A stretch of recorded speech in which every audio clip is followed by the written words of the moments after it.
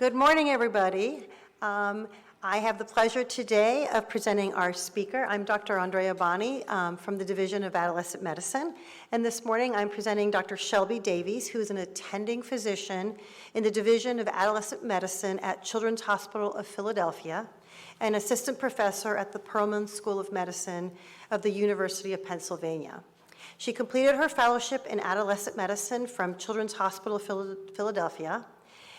Prior to that, Dr. Davies received her medical degree from the New York University School of Medicine. She completed her pediatric training at the residency program in social pediatrics at the Children's Hospital of Montefiore in the Bronx, New York. Dr. Davies is passionate about advocating for adolescent health and social justice through patient care, education, and research. Her primary research interests are in merging creative and interdisciplinary practice through multimodal methods with scholarly production, while engaging, empowering, and elevating youth voices. Her research aims are to explore through personal narratives the lived experiences of adolescents and young adults who menstruate, understand the barriers and facilitators to adequate menstrual health and hygiene, and explore the impact of shame and stigma that exists around menstruation. By better understanding the lived experiences of this population, Dr. Davies hopes to generate ideas for future research, programmatic, and policy change. It is my great pleasure to welcome Dr. Davies here today, and thank you for coming.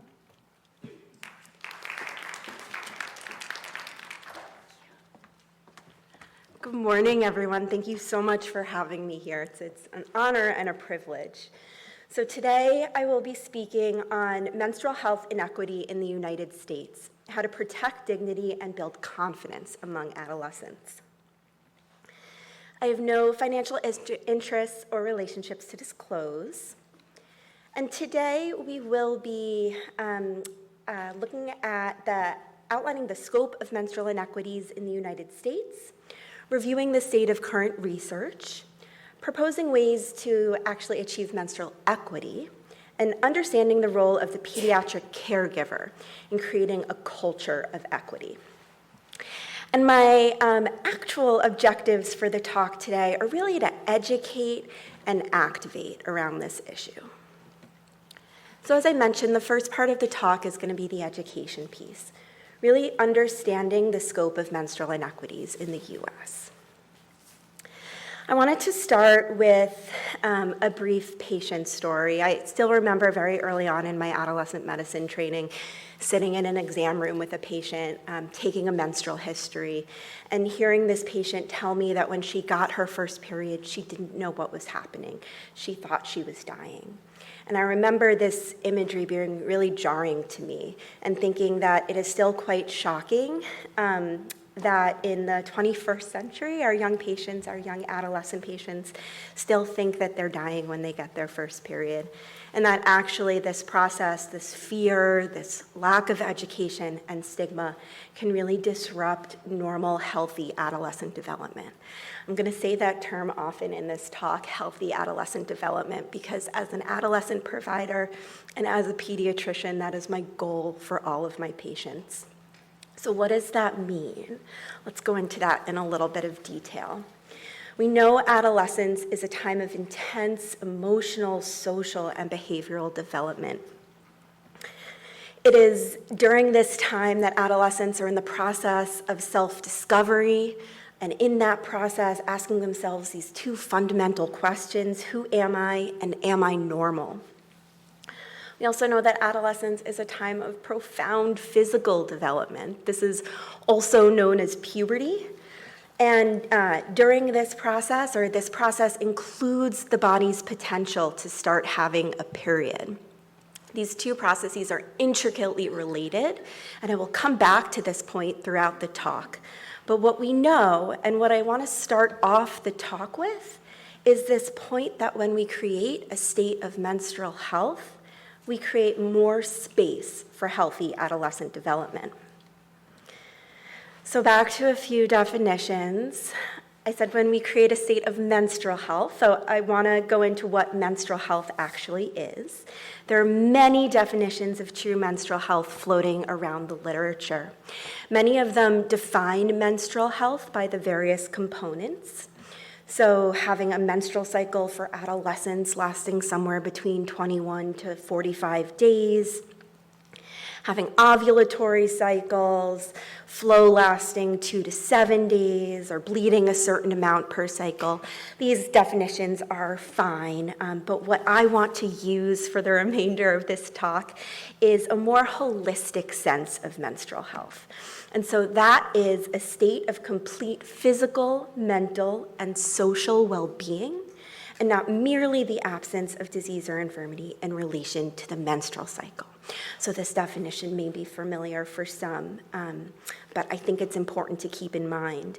And when we, what we know, and the hope for the remainder of this talk, what I hope to show you is that when we disrupt these different stages of menstrual health, when menstrual inequities impact physical, mental, and social well-being, they have the power to disrupt that healthy adolescent development. So before addressing menstrual inequities in a little bit more detail, I want to help put this into perspective for some. You might ask, if someone only has a period for a couple of days each month, is it really that important? I would, in fact, argue yes. We know that the average length of a period is about 3 to 7 days. The average person menstruates or has a period for about 38 years of their life. That is from the time of their first period or menarche to menopause, when their period ends. This means that the average person, doing some quick calculation, endures somewhere over 450 periods in their lifetime, and that's over 3,000 days of their life that they're menstruating. This is actually, the way I've been thinking about it, is it's actually more than the amount of time that our teenagers spend in high school, which is pretty impressive. So, I also want to acknowledge that these numbers are actually for people with regular menstrual cycles, and maybe even greater, or likely are even greater for our adolescent patients, where it's actually developmentally normal or appropriate for some of them to have irregular cycles. So the amount of time that someone spends on their period is important for many reasons, not the least of which is the price tag.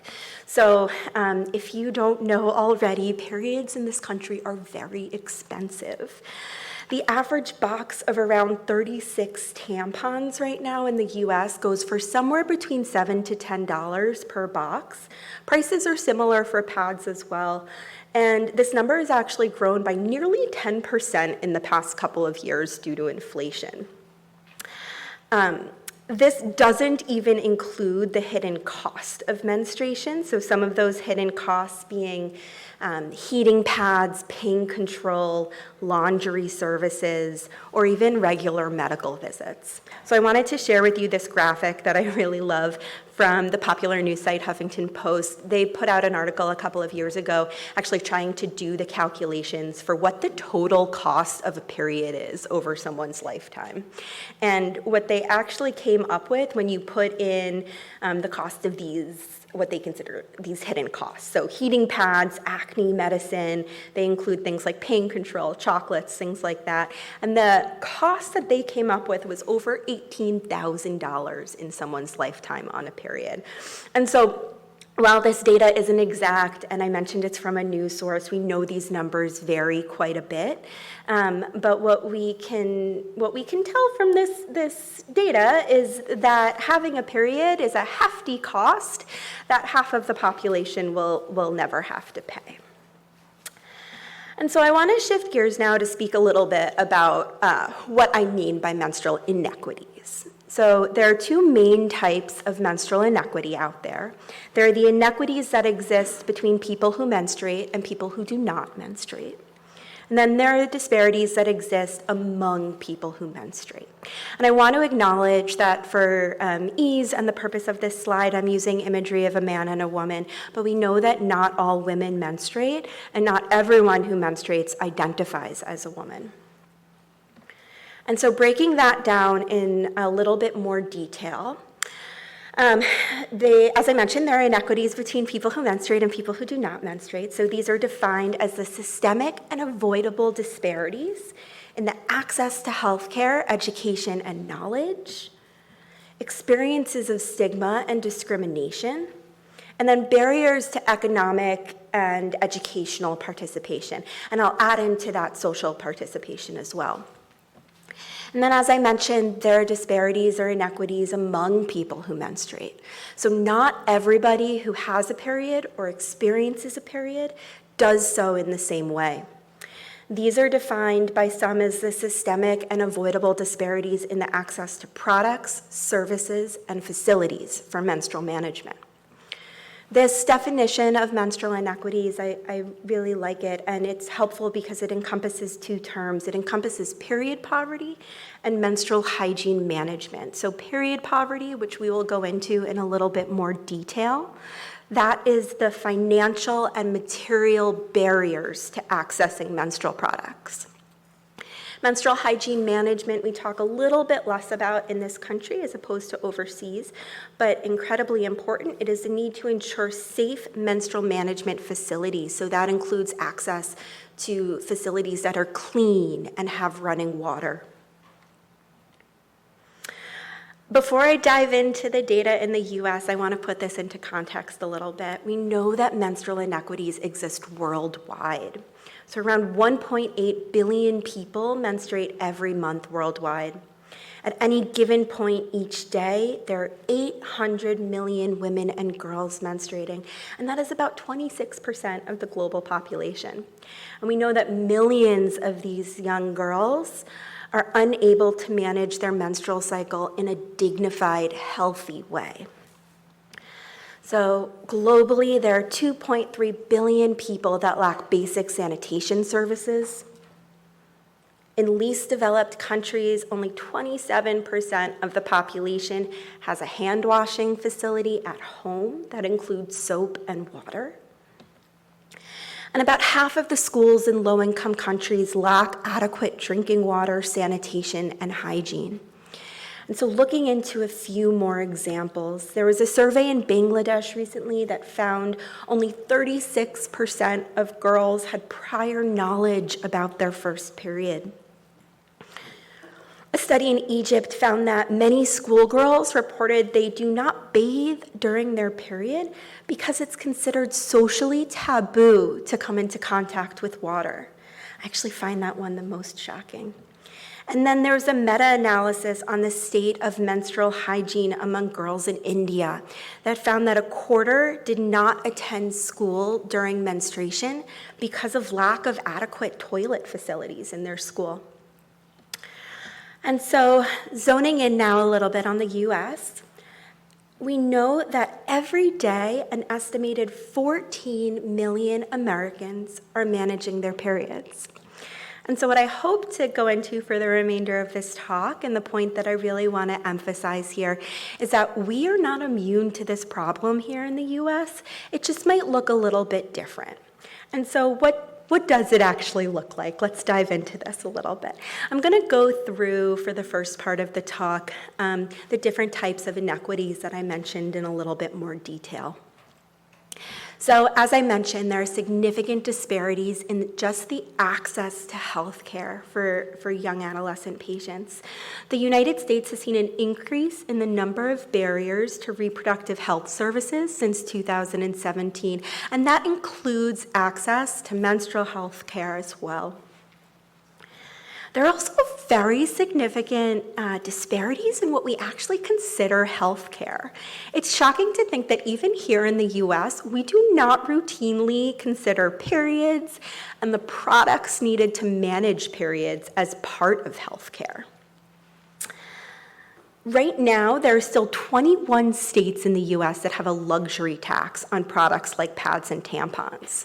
So this tampon tax, or pink tax, as some call it, is a charge on menstrual products, meaning that they have a value-added tax or sales tax, whereas other essential healthcare items like prescriptions in some states, some over-the-counter medicines, In some states, clothes, toilet paper, or condoms, and even some less essential items are tax exempt. There are also very significant disparities, as we may know, in the access to education and knowledge. And so the data I'm showing you here is from a 2003 national survey. It surveyed just over 1,000 teenagers, all of whom menstruate, and were between the ages of 13 and 19 years old. In this study, more than 3/4 of those surveyed had questions about their period, and they wanted more open communication around their menstrual cycle. This is one of my, I should say, either favorite or least favorite statistics here, but more than 4 in 5 of these students believe we are taught more about the biology of frogs in school than the human female body, and so I always find that one shocking. Qualitatively, in some of my work, youth have reported, I think knowledge is power. If you provide the knowledge, the people will know. And if not, then we have the stigma we have now. So looking at that stigma, from this same survey, about 45% of teens reported being affected by period stigma. 75, so 3/4 of them, say that there's a negative association that periods are gross or unsanitary. 60% agree that society teaches people to be ashamed of their periods. And 58% of teens agree that the world is not set up for them to manage their periods with full confidence. I always pause after this one because I think it's a staggering number. 92% of teens agree that periods should be recognized as an indicator of good health rather than as something dirty or gross. And so teens want this to be normalized. Again, qualitatively from my work, youth have reported periods are a natural process. They are as natural as getting hungry and needing food and needing water. So I want to pause here and say that if you still question whether society teaches people to be ashamed of their periods, I want to remind you it actually wasn't until the past decade, somewhere in the 2010s, I will say, that some ad companies occasionally started using red blood in their, or red liquid, I should say, in their period product commercials. And that's still today in 2024 now. Many ad companies still do not use red liquid in these commercials because it's considered too graphic. Given that social media has emerged as a crucial source of communication and as a way to monitor public sentiment in the past couple of years, past decade or so, my team at Children's Hospital Philadelphia and some colleagues over at University of Pennsylvania sought to assess whether Twitter can provide useful insights into how youth perceive menstruation. I should say X now because they have since changed their name. And to actually better characterize youth experiences of stigma and discrimination. So taking a look at some of the methodology we used, we queried the Twitter streaming API from July to September of 2019 for birthday-related keywords to actually be able to create a cohort of users between the ages of 13 and 25 inclusive. We then we searched this cohort and found that it generated just over 70,000 distinct users who combined total had upwards of 160 million publicly available tweets. We then searched that cohort for 9 menstruation-related keywords that are shown up on this slide, which generated just over 20,000 tweets. And then 2 annotators manually coded a random selection of 10,000. Analysis revealed 12 different themes that emerged from the tweets that we then combined into 3 main categories: menstrual stigma, menstrual health, and menstrual positivity. And so what we found is that this suggests, or our study suggested, that Twitter might actually provide a rich description of youth perceptions around menstruation. And the fact that we were able to pull over 20,000 tweets actually suggests that youth are using Twitter or X or social media to openly talk about menstruation, despite this perception of it being private or taboo. What we did find, probably not surprisingly, is that the youth conversation around menstruation on this site was still predominantly negative, with over half of the tweets in that menstrual stigma category. And actually a large number of tweets in the menstrual health category also emphasized negative expectations regarding menstruation. And so these tweets, these negative tweets, have the potential to reinforce and legitimize existing stereotypes. I wanted to share with you two of my favorite tweets here. So the first one being, "I scream tampon at the top of my lungs. 16 men faint around me, people clutch their pearls, and chaos reigns." And then whenever I pass a pad to a girl in public, I feel like I just did a drug deal. There was, however, what we considered a significant minority of tweets that we believe meaningfully challenge these existing stereotypes. This may actually represent an opportunity for intervention. And these tweets suggest that Twitter has the potential to be used by adolescents to advocate, educate, and redress misconceptions. So again, two tweets here. "I used to be so embarrassed at how loud opening a pad is in public until I realized everyone in the women's washroom also gets a period. Periods are nothing to be ashamed of. And I will write period jokes until it has been normalized enough that there is a tampon emoji or at least blood outside of the stupid syringe one." So going back to the different disparities that we were talking about earlier, I want to focus now on some of the barriers to educational and economic participation. Premenstrual syndrome, or PMS, and primary dysmenorrhea, which is defined as pain in the absence of pelvic pathology, are experienced by the majority of teens and are some of the leading causes of school and work absenteeism in the United States. Again, qualitatively in my work, youth have said, "I sit there with pain, missing my classes, missing my work. I'm already stressed enough that my body hurts." So now I want to shift gears a little bit into looking at those disparities among people who menstruate. So as I mentioned before, this is a term often known as period poverty, or the financial and material barriers to accessing menstrual products. From this same survey that I mentioned earlier, 23% of teens struggle to afford period products. 44% report stress and embarrassment due to lack of access to period products. 58 have asked a friend or a classmate for products because they didn't have one, and 18% have asked a stranger. 40% have worn products for longer than indicated, specifically because they didn't have access to products. And 25, so a quarter of teens, are unable to do schoolwork because of lack of access to period products.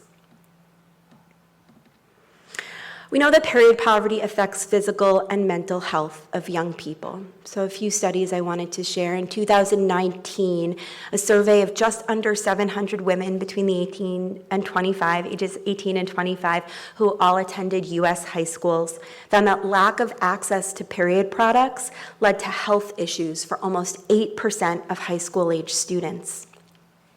A 2019 survey of 183 women found 1/3 had used something other than disposable period products, and this doesn't include reusable products, so they were using things like rags, toilet paper, cloth. We know that these products put young women and girls at heightened risk for urogenital infections. A 2021 online survey of just over 470 college students in the US found that lack of access to menstrual products caused increase in anxiety, depression, and distress.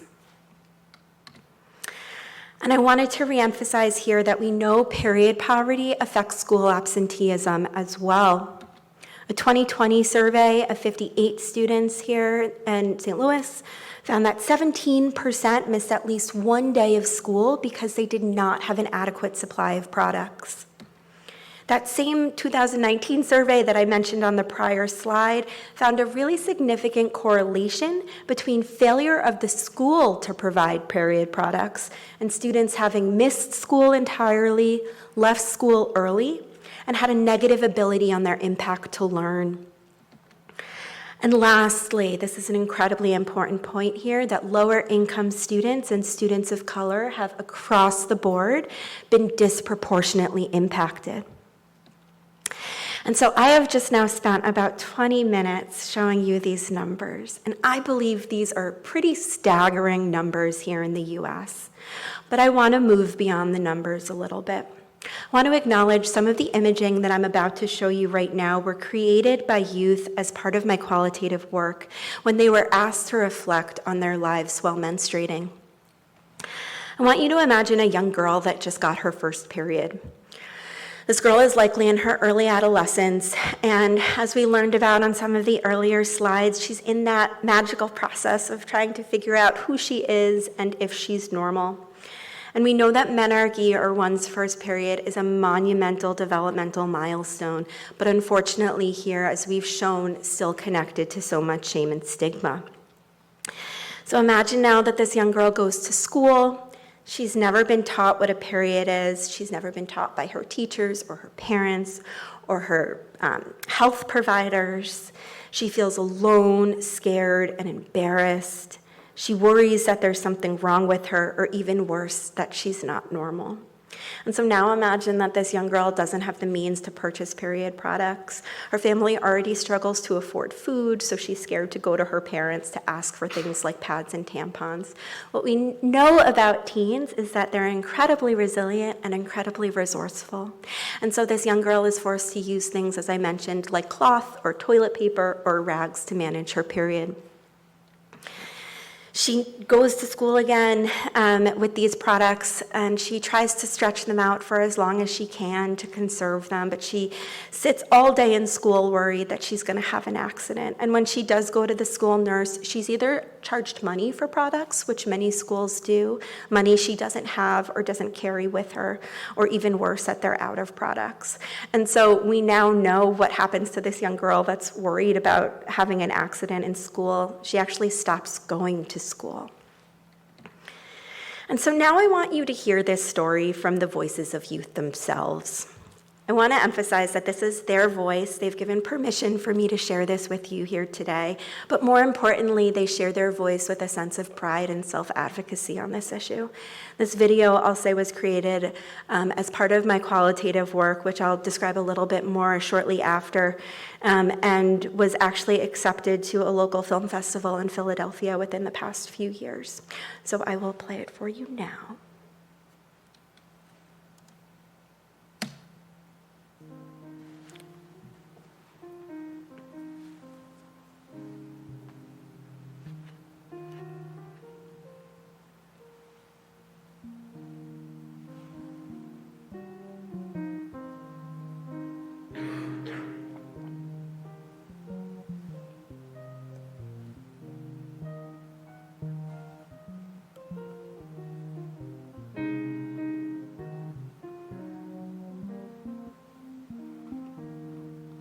Your first period's always memorable, I guess, but for me it was more confusing. When I first got my period, I didn't tell anybody. I felt shameful, scared, confused. I was unfamiliar with the concept of periods at all. I had no idea how to use any period products. I had to ask friends who learned because they had their period before me, or look up tutorials. It happened at a very inconvenient time because I was at my dad's house. I had to go use the restroom, and then I looked down, I'm like, oh crap, I just got my period, right? I remember I called out for my dad, and I was like, I just got my period. And he didn't know what to do. he was like, okay, I'm gonna go to the drugstore and get you pads. Now, I have never seen a pad. I guess I was never taught, you know. He went to the drugstore and then he came back and he gave me this packet. And it wasn't like a regular pad. It was like a very, very thin lining. And my dad didn't know. He just kind of thought that it was pad. So he bought it for me. And I remember I was there for like a week. So basically on my period. And I would leak all the time because this thing was so thin. So I got my first period when I was 12. And I was prepared for it because my mom was worried about it. I was aware of what it was, what it comes with it, like side effects of cramps and mood swings and, you know, just hormone change, as, you know, the body does. But when I went back home, my mom told me how this isn't a pad, and she showed me like an actual period pad and how it works, and I was like, But I wasn't prepared for what it was like to have one and be unprepared for it. So times where I went to school and I didn't have a pad or something I could use for school, like while I was in there, it was a little alarming because it's like, okay, so where do you go to? Who do you go to? And why did I forget my stuff? Like, you know. But I remember going up to people, asking them like, hey, do you have something I could use?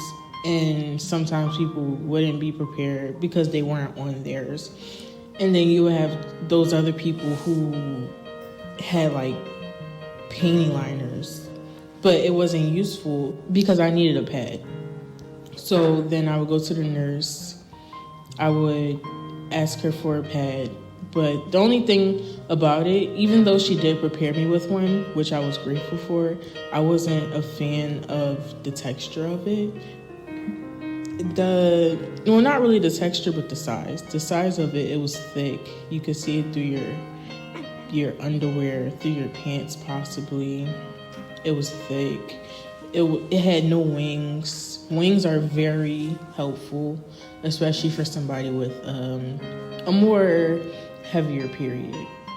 The stigma and shame I felt towards myself when I was too young to form words for my gender identity was even heavier.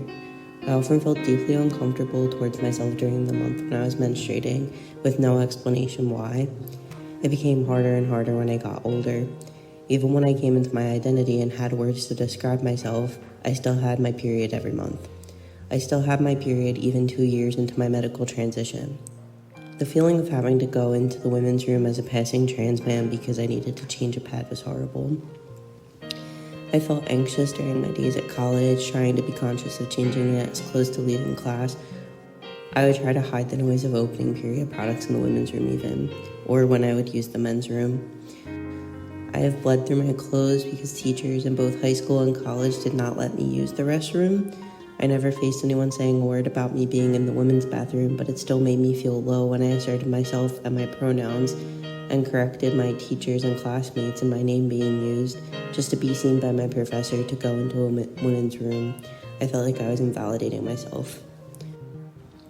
So with me using the school's pads, I really did not like it because it was very kind of low quality. And when using it, I would have troubles like the pad moving side to side in my panties, so blood might get on my panties, or I would have to adjust it. Sometimes I even had to wing it and, you know, put tissue paper on top or on the sides, or, you know, recreate the pad that I usually use.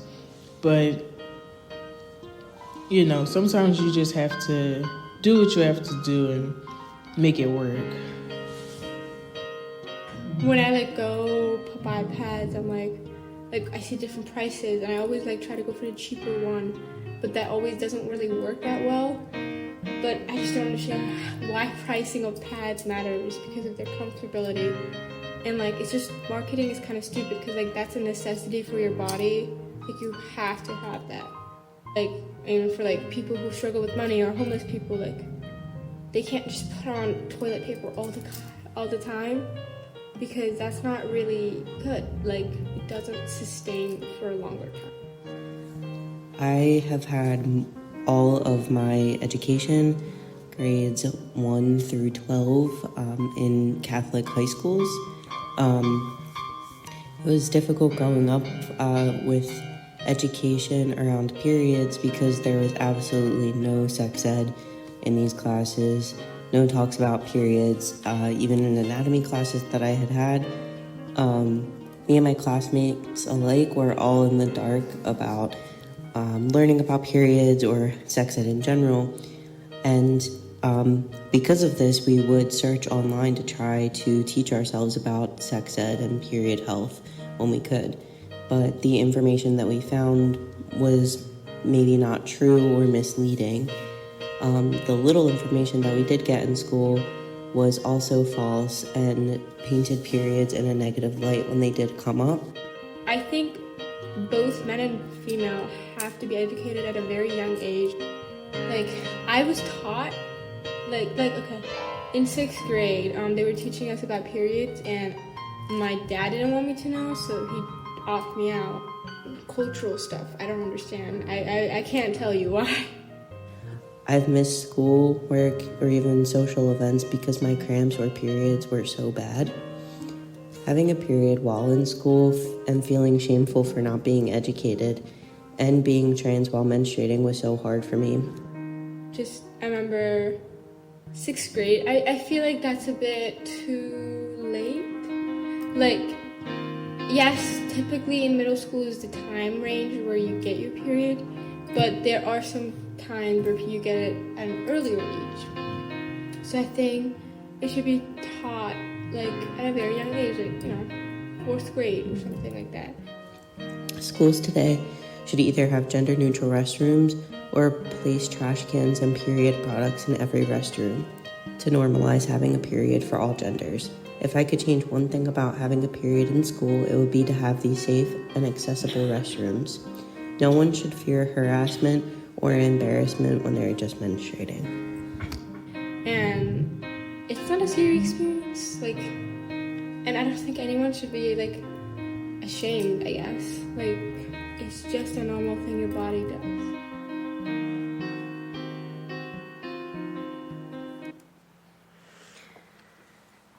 Okay, I'm glad that worked. So, I want to take a moment and acknowledge that we're moving into the second part of the talk now. So this is the part where I hope to activate. And I want to discuss programs, policies, and practices to actually achieve menstrual equity.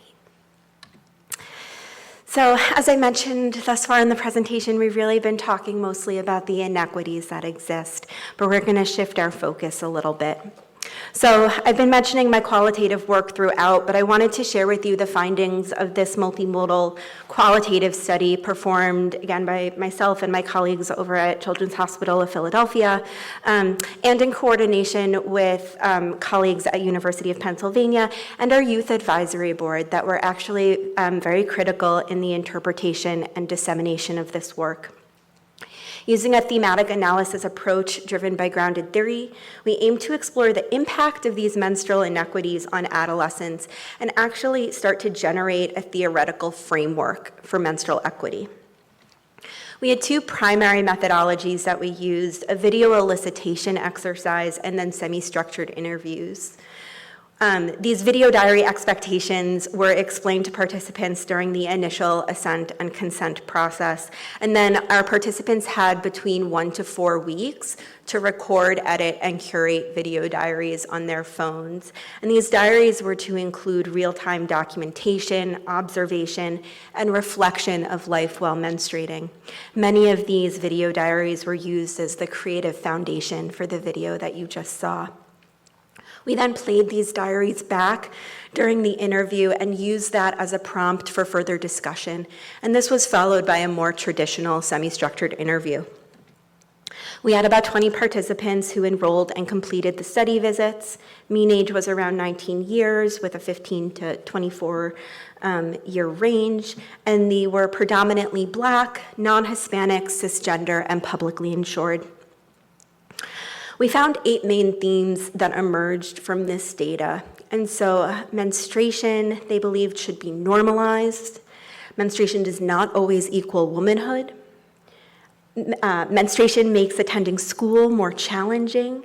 Menstrual health education is needed and actually distinct from discussions around sexual health. Menstrual health education can be found online and on social media. Menstruation is a financial burden. Period products are often unavailable in public places, including schools. And menstrual health should be addressed more holistically by medical providers. So what we did was we took these findings and actually were able to map them on to, as I mentioned, this theoretical framework for menstrual equity. And we had 3 main equity strategies that I will share with you here. The first being to define menstrual health and menstrual health care as a basic human right, establishing more equitable learning environments in the schools, and then actually creating universal access to menstrual health education. So I'll dive in piece by piece. The first part about being a basic human right actually has 2 components. The first being that primary care providers should actually address menstrual equity in their visits. And they can do so by asking about the impact of periods on quality of life, asking about access to products, providing products when appropriate and when they are able, or providing referral to the assistance programs that exist. And so again, youth reported, I think every doctor should talk to their patients about it, even though some women don't need help, but they still should talk about it, just in case they do. The second component of this first strategy is that products should be considered medical necessities. And as such, they should be free, subsidized, and tax-free, covered by public insurance programs, or other income-based benefits. I think it should be free. It shouldn't have to be a luxury. What's so luxurious about blood coming out of your vagina once a month? The next strategy is actually in establishing equitable learning environments. So we know environments can be improved when we provide products for free in all school bathrooms, when those products are actually refilled regularly and they contain disposal containers as well, allowing youth to go to the bathroom when they need to, and actually introducing darker colored uniforms in schools. Many schools today still have very light colored or tan uniforms. I think they should give it away for free, and I think it should be in the bathroom, so you don't have to ask for them. Not just in the women's bathroom, but in the men's bathroom too, because of trans students. And lastly, creating universal access to menstrual health education. We know menstrual health can be normalized through education when we provide content specific to menstrual health, decouple it from sexual health, provide curricula to all students, and then educate them early to prepare them. I think everybody should get the education so they can understand versus being ignorant. I'm not going to go over this slide in too much detail, but I wanted to show you a continuum of approaches for including menstrual equity into programming. This was loosely based on the USAID's gender equality framework, and so it defines programming into a program that's aggravating or worsens the existing problem, accommodating or just maintains menstrual inequities, and then programs that are actually transforming or seek to change this. And so our programming hopefully will fit into the transforming category. I wanted to provide one example of a unique strategy that we're doing at SHOP. And this was with a community partnership grant from the Policy Lab at Children's Hospital, as well as with our community partner, No More Secret. We've attempted to create a menstrual hygiene product distribution site within a pediatric hospital-based food pharmacy. So if you're not familiar, food pharmacies are an emerging concept that offer food at a significantly reduced price or no cost. They provide shelf-stable items like canned goods, but also fresh items, fresh fruit and produce, and frozen items as well. And many of these programs, knowing that food insecurity does not exist in isolation, incorporate resource navigation to help with other social needs. Menstrual health is likely an unmet need in this population as well. We know that just under 17 million people who menstruate in this country live in poverty. Among these, 2/3 struggle with affording period products in the last year. And of those 2/3, half of them reported needing to choose between period products and food. And so right now, Children's Hospital of Philadelphia is one of the largest healthcare systems within our region and has some of the largest pediatric primary care sites in the country. However, we do not uniformly have a mechanism for distributing menstrual products across our healthcare system.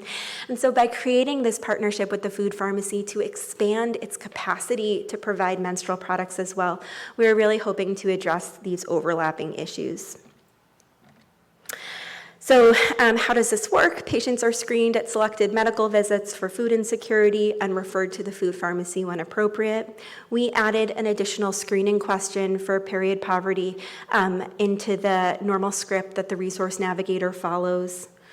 Patients are provided with the option of disposable or reusable pads, enough for a 2 to 3 month period. And then there's usually a check-in with the family at the 3-month mark where they are provided with additional products as needed, and then graduate the program at the 6-month mark. Where our goal is also to be able to provide families with educational resources and referral to community partners when appropriate. I wanted to put up the data here in our first 6 months, which has been pretty profound. 75% of all families screened have endorsed needing period products. And then lastly, wanted to think through how this is transforming and not just accommodating. So by embedding this program within a medical home, we are sending the message that period products like food are just as important to health as medicine. We are providing all of our families with unopened packages, 1 box per month per person who has a period, and we are sending the message that our patients deserve these unopened packages. Loose products in historically oppressed communities are incredibly stigmatized, and so by doing this, we are allowing our patients to menstruate with dignity and respect. And we are providing them with the choice of reusable or disposable products. I acknowledge that reusable products have tremendous benefit, but they have not been universally adopted by all communities, and so we still want to maintain that choice. Within the past couple of months, my team put out an issue brief with Policy Lab again, where we summarize the existing literature, summarize or outline the extent of current policy in the U.S., and then actually propose actionable policy and systems recommendations moving forward. And they fit into these 3 buckets as shown here. There are currently 38 states and the District of Columbia that mandate sex ed or HIV education in schools, but there are no national standards for menstrual health care, and so this is clearly an area where we need more. Regarding state provisions, specifically around providing products for free, so over the last decade, there have actually been over 60 menstrual equity laws in the U.S., which is actually tremendous for this movement. And many of the laws include eliminating the tampon tax, providing products for free in the places listed here, and then this last one is ingredient disclosure to assess the safety of products or address the safety of products. Wanted to give a quick shout out in Ohio here, starting in October of just this past year. State law now requires that public schools that enroll girls between 6th to 12th grade actually provide free menstrual products.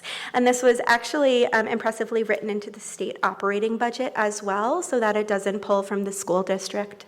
I'll mention as well, Ohio got rid of the tampon tax roughly around 2019 as well, so doing great from an equity standpoint.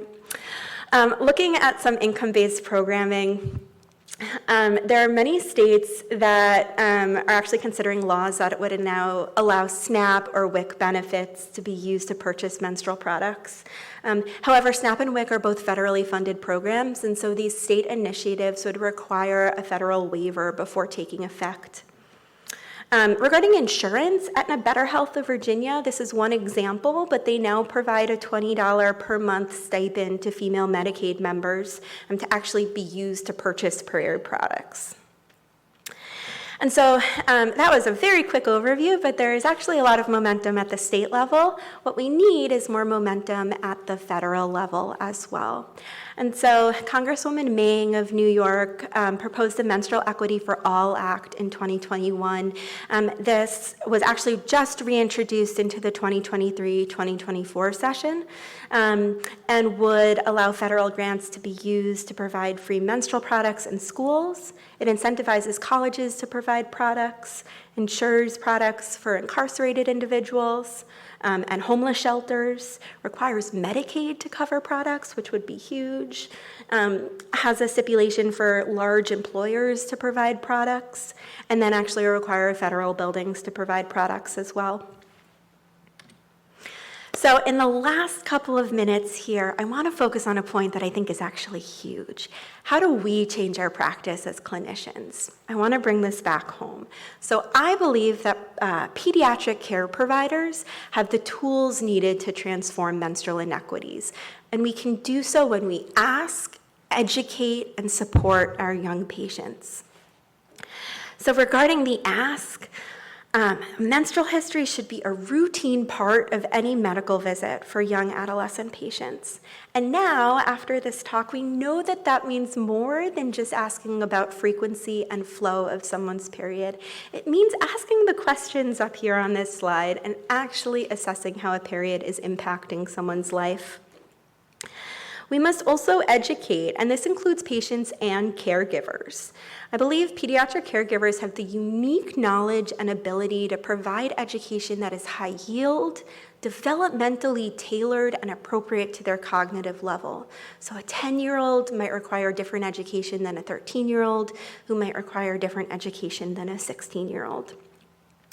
And lastly, we must support, and I've shown a few examples up here, but this includes providing products when able, knowing our community resources, and understanding your state's policies. To me, this is a critical point up here, which is that I believe all pediatric providers have these tools, not just adolescent doctors and not just generalists. We know that a huge number of our children are managing chronic disease. Chronic disease can lead to higher rates of menstrual disturbances. Adolescents with chronic disease already experience high rates of psychosocial distress, and that these menstrual disturbances can contribute to further lack of well-being. And so for these teens, their menstrual cycle may actually be a vital sign and a marker of worsening disease, and that when we address menstrual disturbances, this can actually be protective to them and their development. I want to come back to that girl we talked about earlier. This time, imagine that she has a chronic disease. She has lupus or diabetes or the other diseases that we so often see in this population. I want you to try asking her again some of these questions that are on the screen. And my point being that in asking these questions, we actually create a state of more complete physical, mental, and social well-being. And that is to say, if you remember, a state of true menstrual health. And coming back to the point that I made earlier, when we create that state of menstrual health, we actually create more space for healthy adolescent development. Given that these physical changes of puberty and identity development are happening at the same point in time, it's actually not hard to see how so much of an adolescent's sense of self and sense of self-respect, dignity, and pride is related to their physical bodies. So I believe when we ask, educate, and support our young patients in their body's ability to have a period, we protect their dignity and build confidence at a really critical developmental stage. And so I leave you with this, that when we teach young people to understand their body, we take an essential step in helping them to grasp their potential. And that every step we take to minimize shame and stigma in young lives creates more room for healthy development. So I'm happy to take questions now. I also wanted to acknowledge I've been speaking to you for just under an hour now, but the voice I want to leave you with is not my own. It is the voice of the youth that I shared with you earlier. And so this QR code links to the video I showed, and you have permission, please, to feel free to snap this picture and share widely if you see fit. So thank you.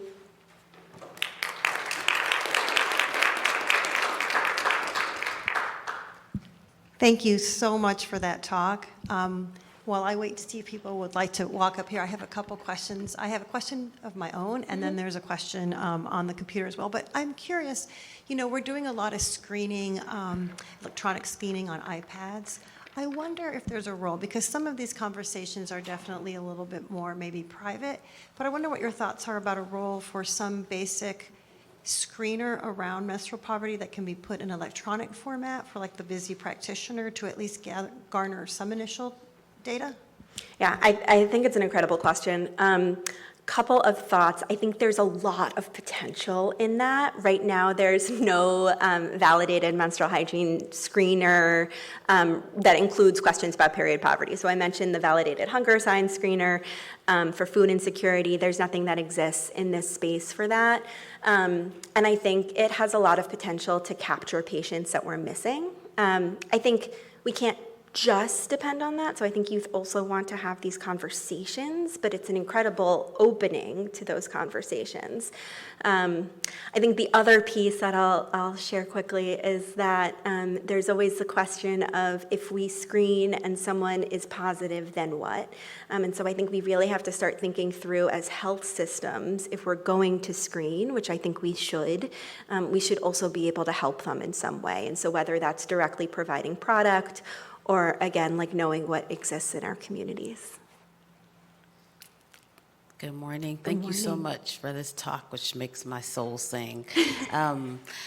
So in adolescent medicine clinic, often we're bringing out the models of anatomy, and oftentimes as I'm explaining a normal period to a family, you can see that the mother is being educated clearly.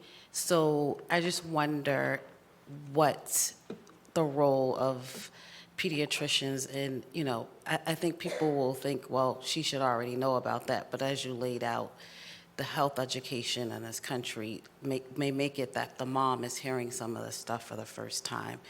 So my question is about our role is in educating parents as well. I think it's huge. I love that. I think that we need to educate both our patients and their caregivers. So much of this education happens at home. There's so much intergenerational shame and stigma and knowledge that is passed down, whether accurate or not. And so when I mentioned that we have that like unique ability to tailor our education towards the patients as well, I think the caregivers are a critical part of that. I'll just add, I say moms because typically the dads excuse themselves at this point, and maybe it's something that we need to help, just based on the composition of this room we're in now, help people understand, like, the dad should be there too. Yes, thank you. Hi,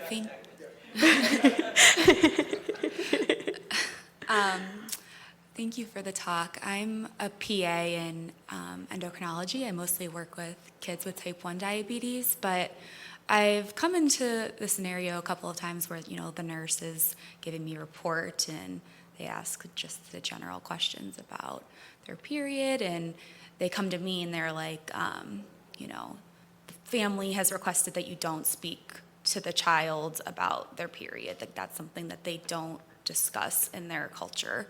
And how would you recommend kind of proceeding in that situation?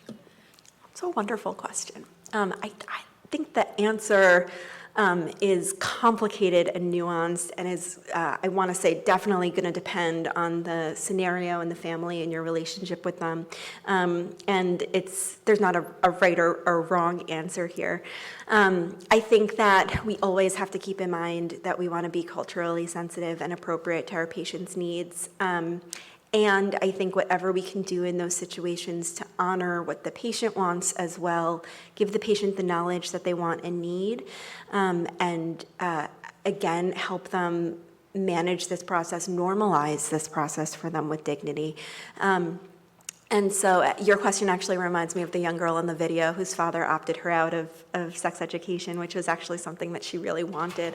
And so I think if I was in that situation, I would use some of that confidential time with the teen when I'm talking to them to actually further dive into what they want and what questions they might have, while doing whatever I can to support and honor the family as well. But it's a complicated situation, but I think something that a lot of us actually do see quite a bit. We are almost out of time, but we have one question on the chat here that I wanted to bring. So this will be our last question, but the question was, are there any good websites that you can point families to for period education or education, particularly for younger kids age 8 to 9? Because often this pediatrician's mentioning that they have some kids, under 9 who are having a period. So they were wondering about developmentally appropriate. That's a great question. I think it is an area, so I love that we're thinking developmentally appropriate. We, across the board, probably need much more, more resources than we have on this. With a lot of my patients, I really enjoy the Young Women's Health site. I think it's really kind of broken down nicely and very patient-facing and forward, so I often use that. I'm thinking, though, I'm not sure that I've given it to like an 8 or 9-year-old. It might be a little too old for them, so I have to think about that a little bit more. I'm happy to get back to you with some younger sites, but I think more of them are probably needed, is what I would guess. Amaze, that's a great example. Thank you. Amaze? Yes. Amaze. Amaze actually has some very good, it's amaze.org, thank you. It's actually in the back of my mind and I was forgetting what it was called. They have some good videos that I think might be appropriate for younger age patients as well. Again, thank you so much for being here. Thank you for having me.